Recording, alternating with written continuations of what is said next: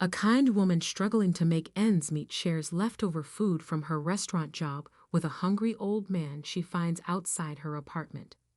1 week later, she receives a mysterious package on her doorstep. But who sent it, and what's inside? Maria was a woman in her late 30s who had recently divorced with no children.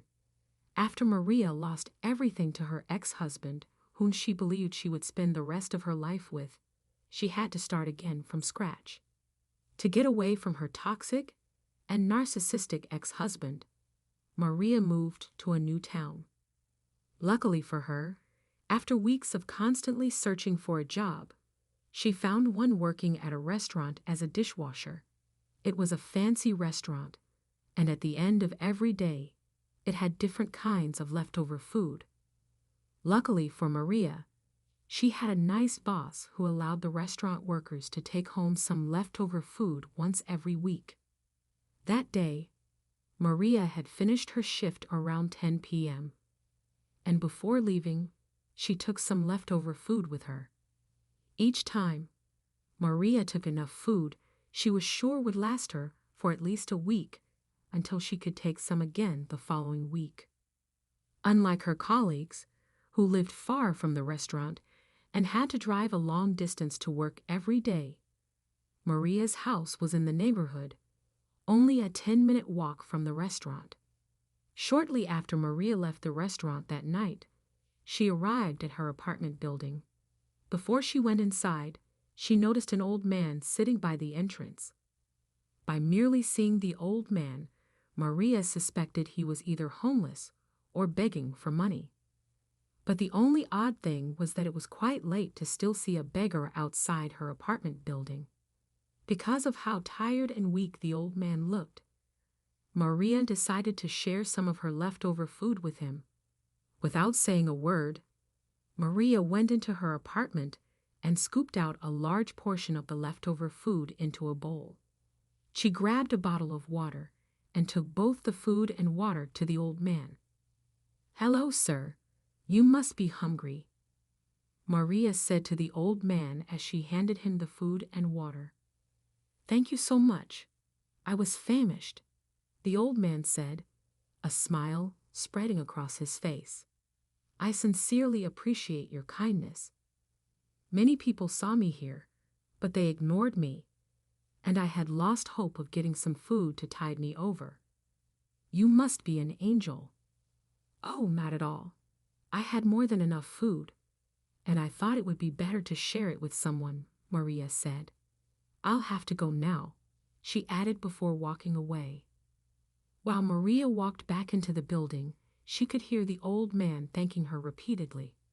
For the first time in a very long time, Maria smiled wholeheartedly, feeling like she had done something great.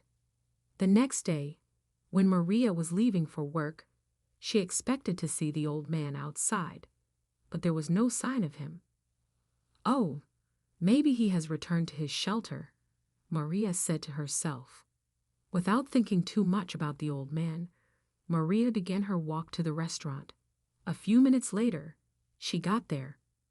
For the remainder of that week, Maria got so distracted by working long hours that she totally forgot about the old man. After not seeing him that morning, Maria believed he had returned to his shelter or had probably gone elsewhere, so she did not think she would see him again. A week after Maria had shared her food with the old man, something unusual happened. That day, it was about 7 o'clock in the morning, and Maria was still in bed when she heard a knock on her door. "Hold on, I'm coming," Maria said at the top of her voice, expecting whoever was at her door to wait for her. Less than a minute after Maria heard the knock, she got to the door, but to her greatest surprise, no one was there.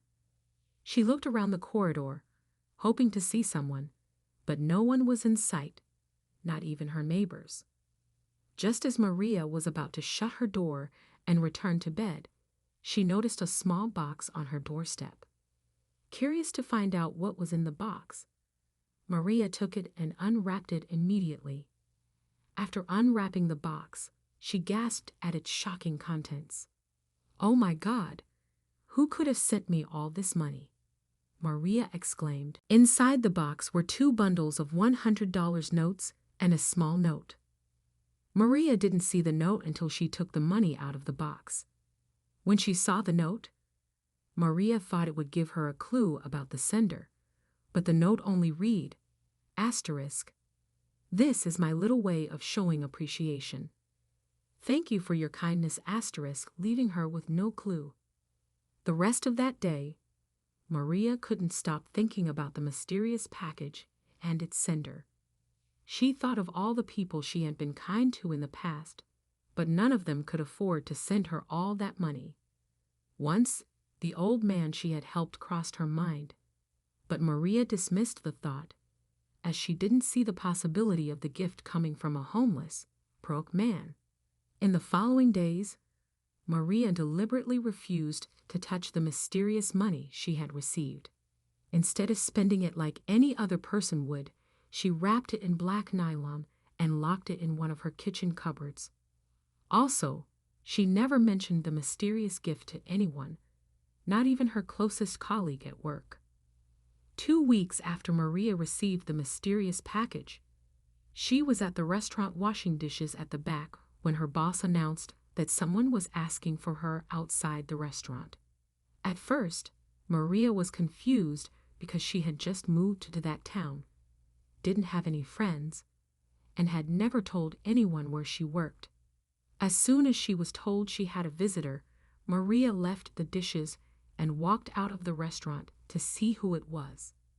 Outside the restaurant, there were 2 black cars parked in front, one with tinted windows and the other with regular transparent windows. Immediately after Maria stepped out of the restaurant, an old man in a navy blue suit and a neatly shaved beard came out of the first car and walked toward her. "Hello, Maria. Did you like my gift? I'm sorry I couldn't give it to you in person. I was out of town for a business trip," the old man said. "I'm sorry. Who are you?"